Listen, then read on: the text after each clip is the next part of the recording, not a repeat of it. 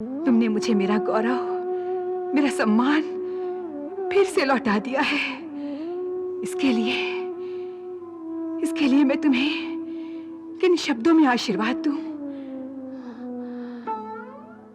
मैं समझ नहीं पा रही हूं। आपकी वेदना को द्वारकाधीश ने भली भांति समझा था, इसलिए नरकासुर से युद्ध करने के लिए तैयार हो गए थे। इनकी उस पर विजय इनके ही शौर्य की गाथा थी। मैं तो केवल निमित्त मात्र थी।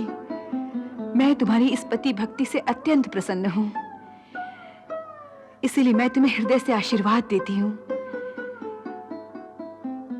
कि तुम देवलोक की देवांगनाओं की तरह अक्षय यौवन की स्वामिनी बनोगी।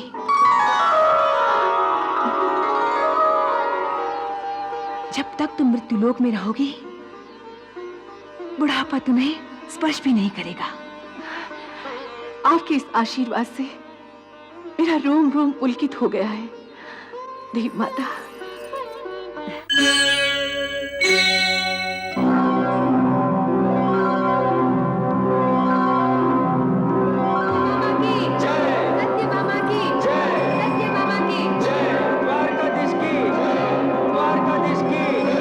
स्वागत है द्वारकाधीश, इंद्रलोक में आपका स्वागत है। देवी सत्यभामा, द्वारकाधीश के साथ साथ आपके भी दर्शन हो गए। स्वागत है आपका, स्वागत है। आपने नरकासुर का वध करके देवलोक को चिंता मुक्त कर दिया है द्वारकाधीश। इसमें तो सत्यभामा ने भी हमारी बड़ी सहायता की है देवराज। इसके लिए हम देवी सत्यभामा का भी अभिनंदन करते हैं। अब हमारी प्रार्थना है कि इतने कठोर परिश्रम के पश्चात आप दोनों कुछ काल स्वर्गलोक में ही विश्राम करें। ये बातें तो बाद में होंगी देवराज। इस समय तो हमें देव माता अदिति के दर्शनों की तीव्र लालसा है। हम उनके लिए कुछ भेंट लाए हैं, हमें उनके पास ले चलिए। अवश्य, देव माता भी आपकी प्रतीक्षा में है। जब से उन्हें पता चला है कि दुष्ट नरकासुर का वध हो गया है, वे अति प्रसन्न हैं। आइए आइए द्वारकाधीश, आइए।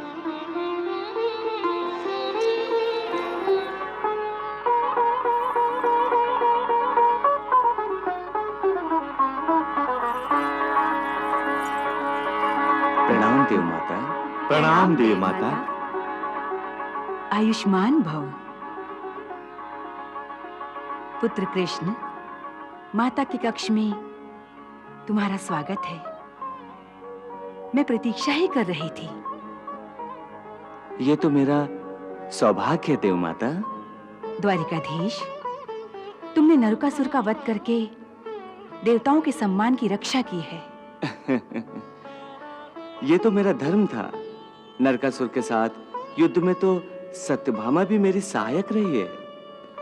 तो मैं अपनी बहू सत्यभामा की भी आभारी हूँ। इसमें आभार की क्या बात है? ये तो मेरा धर्म था देव माता। पत्नी तो सदैव पति की सहायक होती है।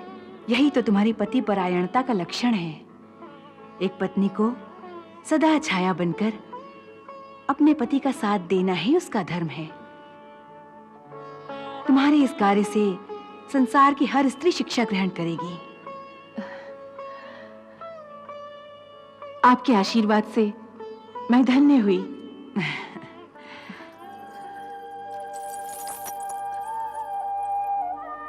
ये लीजिए देव माता, हमारी ओर से ये भेंट स्वीकार कीजिए।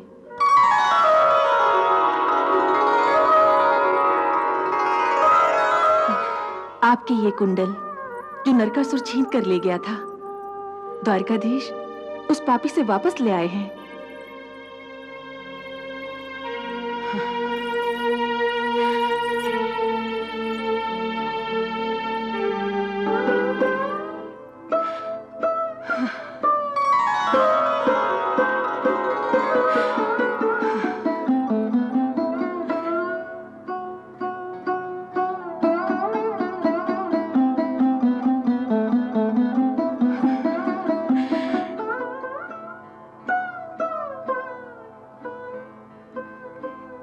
सत्यभामा, ये कुंडल केवल नारी के आभूषण नहीं है, इनमें एक नारी के सम्मान की धरोहर भी छिपी हुई है, जिसके लिए वो जीवन भर गर्व की अनुभूति करती है। इनमें एक माता के मान की मर्यादा भी छिपी हुई है, जिसके लिए एक माँ अपनी संतान से रक्षा की कामना रखती है। एक नारी होने के कारण तुमने एक नारी की व्यथा को समझा है। तुमने मुझे मेरा गौरव, मेरा सम्मान फिर से लौटा दिया है। इसके लिए मैं तुम्हें किन शब्दों में आशीर्वाद दूं, मैं समझ नहीं पा रही हूं। आपकी वेदना को द्वारकाधीश ने भली भांति समझा था, इसलिए नरकासुर से युद्ध करने के लिए तैयार हो गए थे। इनकी उस पर विजय इनके ही शौर्य की गाथा थी। मैं तो केवल निमित्त मात्र थी। मैं तुम्हारी इस पति भक्ति से अत्यंत प्रसन्न हूं, इसीलिए मैं तुम्हें हृदय से आशीर्वाद देती हूं कि तुम देवलोक की देवांगनाओं की तरह अक्षय यौवन की स्वामिनी बनोगी।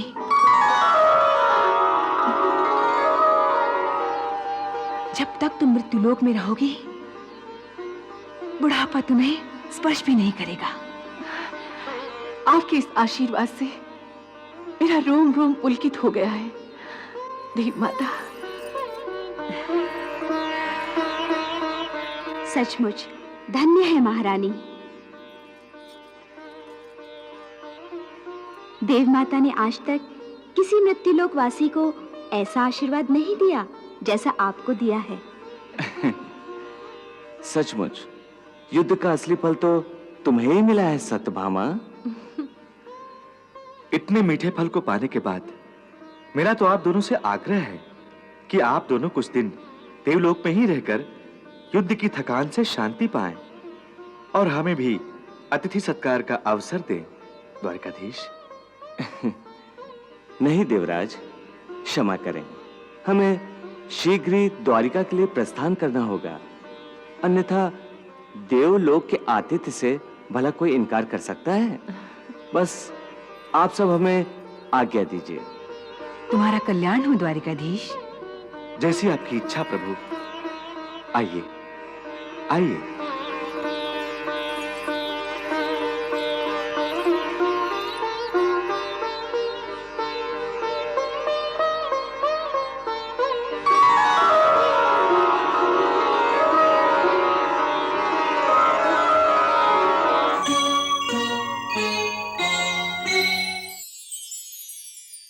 विदर्भ नरेश, महाराज भीष्मक ने निश्चय किया है कि स्वयंवर नहीं होगा।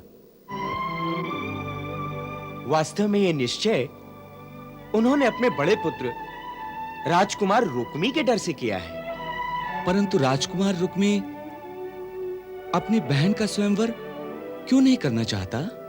क्योंकि वो उसका विवाह अपने मित्र शिशुपाल से करना चाहता है और वो जानता है कि यदि स्वयंवर में आप आए तो राजकुमारी आपका ही वरण करेंगी। इस बात का पता उसे कैसे लगा? प्रभु, वहां सब जानते हैं कि रुक्मिणी का मन श्री कृष्ण के प्रेम में पागल है।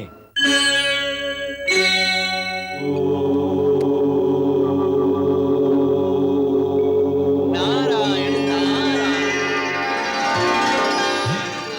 स्वागत है मुनिराज, स्वागत है। विराजिए। नारायण नारायण। दीनानाथ, हम तो आपके भक्त हैं। आप अपने भक्तों को इतना मान देते हैं, यह आपकी महानता है। हम अपने भक्तों को मान नहीं देते, हम तो उनके दास हैं।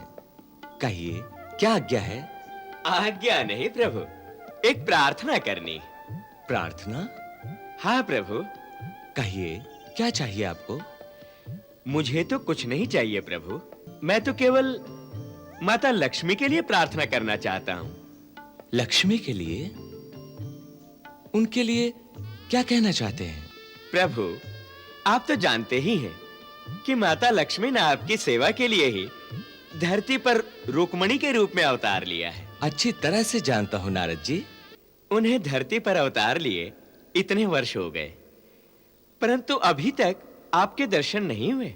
फिर जब उन्होंने सुना कि उनके पिता उनका स्वयंवर करना चाहते हैं, तो उन्हें पूरी आशा थी कि अब मिलन का समय आ गया है, क्योंकि आप तो स्वयंवर में आएंगे ही और वे भरी सभा में आपका वरण कर लेंगे।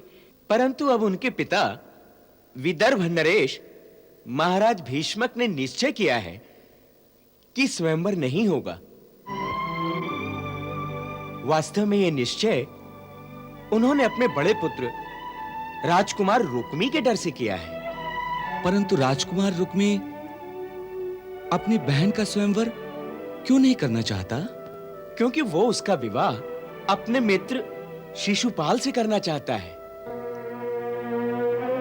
और वो जानता है कि यदि स्वयंवर में आप आए तो राजकुमारी आपका ही वरण करेंगी। इस बात का पता उसे कैसे लगा? प्रभु, वहां सब जानते हैं कि रुक्मणी का मन श्री कृष्ण के प्रेम में पागल है। बाकी सारे भाई और माता पिता यही चाहते हैं कि जहां रुक्मणी प्रसन्न हो वहीं उसका विवाह किया जाए, परंतु राजकुमार रुक्मी के आगे कोई बोल नहीं सकता। आप तो जानते ही हैं प्रभु, रुक्मी को परशुराम जी से ब्रह्मास्त्र प्राप्त हुआ था, इसलिए सब उससे डरते हैं। इसीलिए देवी रुक्मणी का मन अत्यंत विह्वल हो गया है। वो सोच रही हैं कि यदि इस समय आपने उनका उद्धार नहीं किया तो वे अपने प्राण त्याग देंगी। भगवान, इसकी आवश्यकता नहीं पड़ेगी। हम समय पर पहुंच जाएंगे नारद जी। उनकी चिंता आप ना करें। भगवान, भक्त तो भावुक होता है ना, इसीलिए मूर्ख होता है। इसीलिए उसे अपने आराध्य की बड़ी चिंता लगी रहती है। मुझे बार बार इसी बात की चिंता है कि आपके रामावतार के समय जब माता लक्ष्मी सीता रूप में आई थी, तो उस जन्म में पूरे जीवन में माता ने दुख ही दुख सहे थे। इसलिए प्रार्थना करता हूं कि इस जन्म में उन्हें दुख ही मत होने देना। भगवान, नारद जी, आपको केवल सीता माता का ही दुख ध्यान में आया, पर आपने ये नहीं सोचा कि हमने भी उस जन्म में कोई सुख नहीं पाया। हम तो उनसे भी अधिक दुखी रहे। वो जब अयोध्या छोड़कर चली गई तो हम राजा होते हुए भी उसी हाल में रहे जिस हाल में वो वन में रहती थी। हमने भी समस्त सुखों का त्याग कर दिया था। संसारी लोग इस रहस्य को न जानते हो, परंतु आप तो भली भांति जानते हैं। फिर आपने ये उलाहना क्यों दिया? क्षमा करें देव, क्षमा करें, क्षमा कर, क्षमा, क्षमा। इसे अन्यथा न ले, यह कोई उलाहना नहीं है।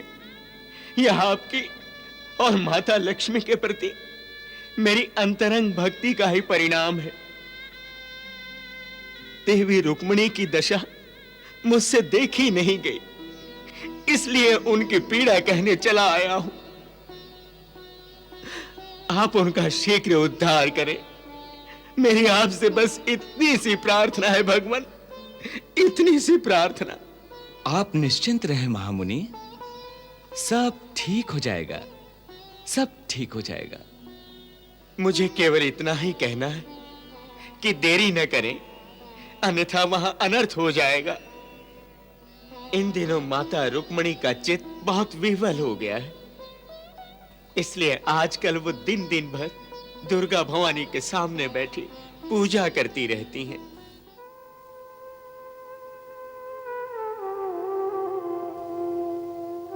मार्ग दिखाओ मां, मुझे मेरा मार्ग दिखाओ। तुम तो सबके हृदय में वास करती हो ना। तुम्हें तो पता है कि मैंने मन से अपने आप को श्री कृष्ण की सेवा में समर्पित कर दिया है, परंतु मेरे पिता और मेरे भाई मेरा हाथ किसी और के हाथ में देना चाहते हैं। इधर जाऊं तो प्रेम को लाज लगती है और उधर जाऊं तो कुल की मर्यादा को कलंक लगता है। मेरी सहायता करो मां, मेरी सहायता करो कि जो मेरे जन्म जन्म के साथी हैं उन्हीं के श्री चरणों में मुझे स्थान मिले। वही मार्ग मेरे लिए प्रशस्त करो मां। मेरा हाथ पकड़कर मुझे ले चलो मां, चाहे तो जीते जी ले चलो, चाहे तो धर्मराज से कह दो कि मेरी मृत्यु के द्वार खोल दे, ताकि मैं उस द्वार को पार करके सीधा उनके श्री चरणों में पहुंच जाऊं। मेरे प्रण की लाज रखना तेरे हाथ में है मां, तेरे हाथ में है। रक्षा करो मां, रक्षा करो।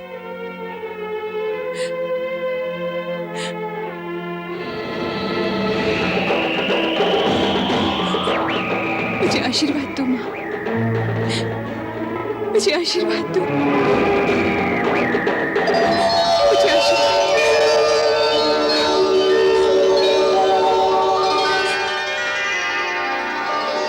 तेरा धन्यवाद हो माता, तेरा धन्यवाद हो, तेरा कोटि कोटि धन्यवाद हो मां।